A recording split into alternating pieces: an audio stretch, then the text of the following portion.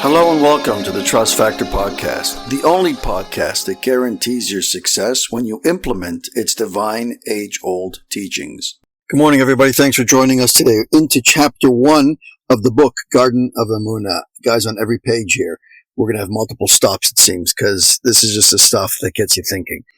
Chapter 1 is called The Foundation of Emuna, the riddle of life. The world is full of questions. What's the meaning of life? What's the purpose of a life full of anguish and suffering? Nobody can doubt or deny that there is a tremendous amount of suffering, not just mental and emotional, but also physical, with all kinds of illnesses that we're living through today. What awaits humanity? With so many philosophies in life, who's right? So many people think they've got it right. Who's right? What's the path to happiness? Where am I going? What will be in the end? How should I live my life? Will I ever be happy? Is it possible to find a definite path to happiness? And on and on and on. All of these questions, my friends, are what I call taking an inventory. An inventory on life. Do you know where you're holding? Do you know where you've been? Do you know where you're at? And do you know where you're going? That's the accounting I keep talking about. We all need to do this on a regular basis. If you did it once when you were 16, hanging out with your buddies at a camping trip underneath the stars, that's nice. But you've got to do it at every single stage of your life. Ultimately, you do this at least once a week. You step back and you reflect. What am I doing? Where am I going? What's my purpose? Has it changed? Do I have more clarity now than I did yesterday? I've grown. I've gone through things. I've dealt with issues. Have I stopped to take a break and reassess? Because it's so important to reassess. You know, in Toronto, I'm a first responder. I'm a volunteer first responder. And I was trained by a school in Toronto that trains paramedics. And one of the critical components is that once you've come to a scene and you found an individual who needs medical attention, you do your assessment to figure out what's going on. What happened to this individual? Where is the damage? And what is most severe? And what do I need to address right away? Once you've taken care of that, and the situation is under control, you know what you do? You reassess. Did I miss anything? Am I forgetting something? Did what I just do, was that correct? Did I do it properly? It's called reassessment, guys. We need to be constantly reassessing. That doesn't mean doubting yourself. There's a very big difference. I'm not talking about saying, okay, I've put my life in motion. I'm heading in this direction, and then constantly stopping and asking, did I make a right choice? No, absolutely not. It's the exact opposite. You've made your choice. You've done your due diligence. You've done the analysis and you're on the right path. Great. Wonderful.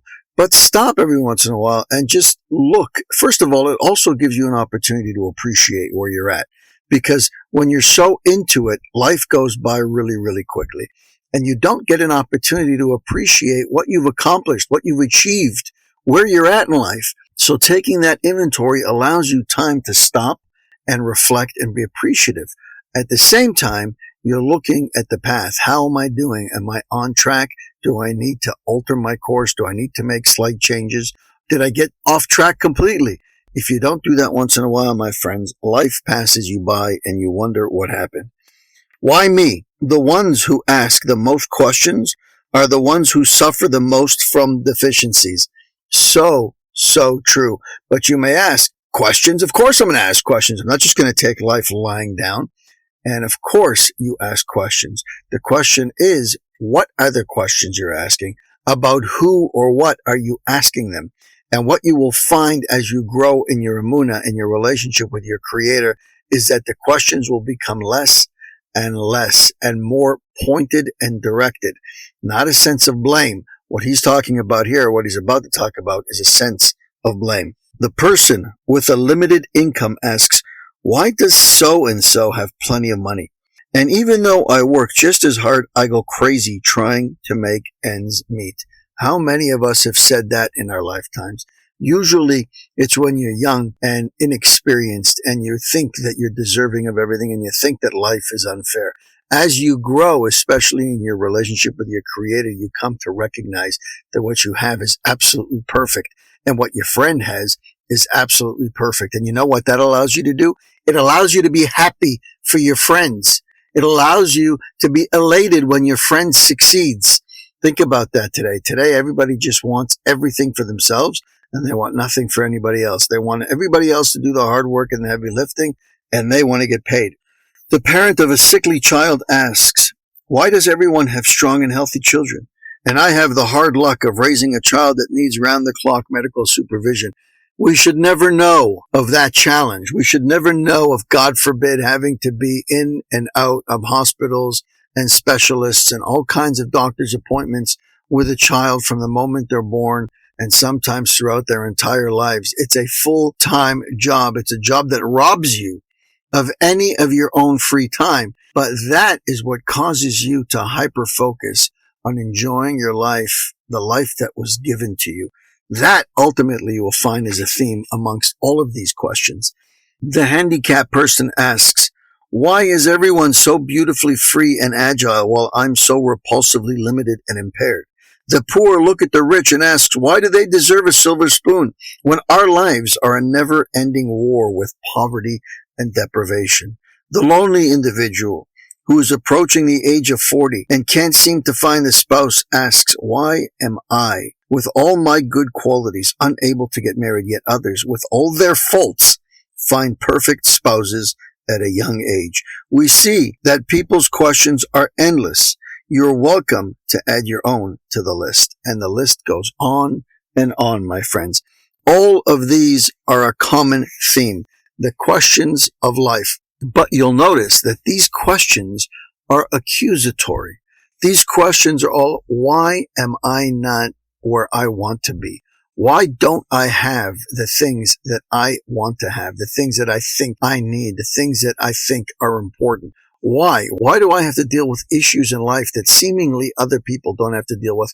And the answers to this go on and on and on. First of all, who says nobody else has to deal with these things?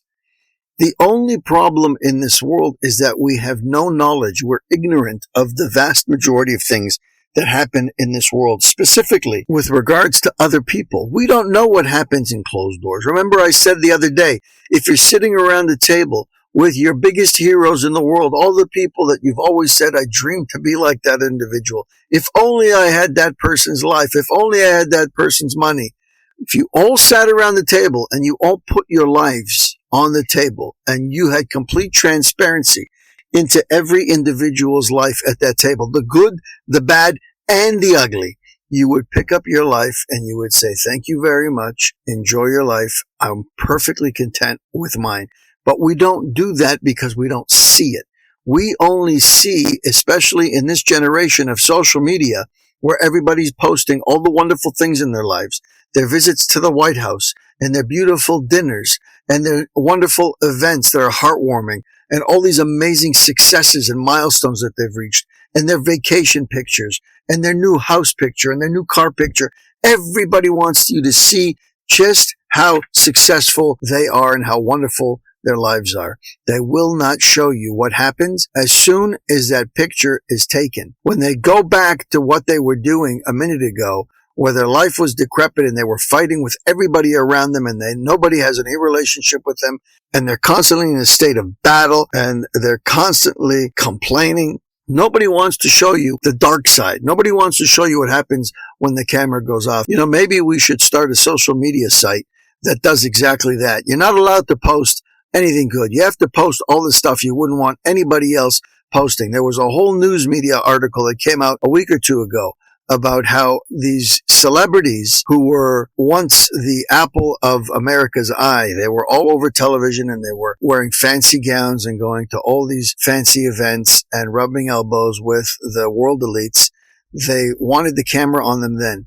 But when their lives are in shambles, because when they're no longer in the industry, or they've gotten divorced, or they've lost all their money and they're in a state of mourning and depression, they try to sue the film industry and the paparazzi who were still chasing after them with the cameras because they don't want that stuff being aired, to the point where they will literally file lawsuits and try and shut down the freedom of the press.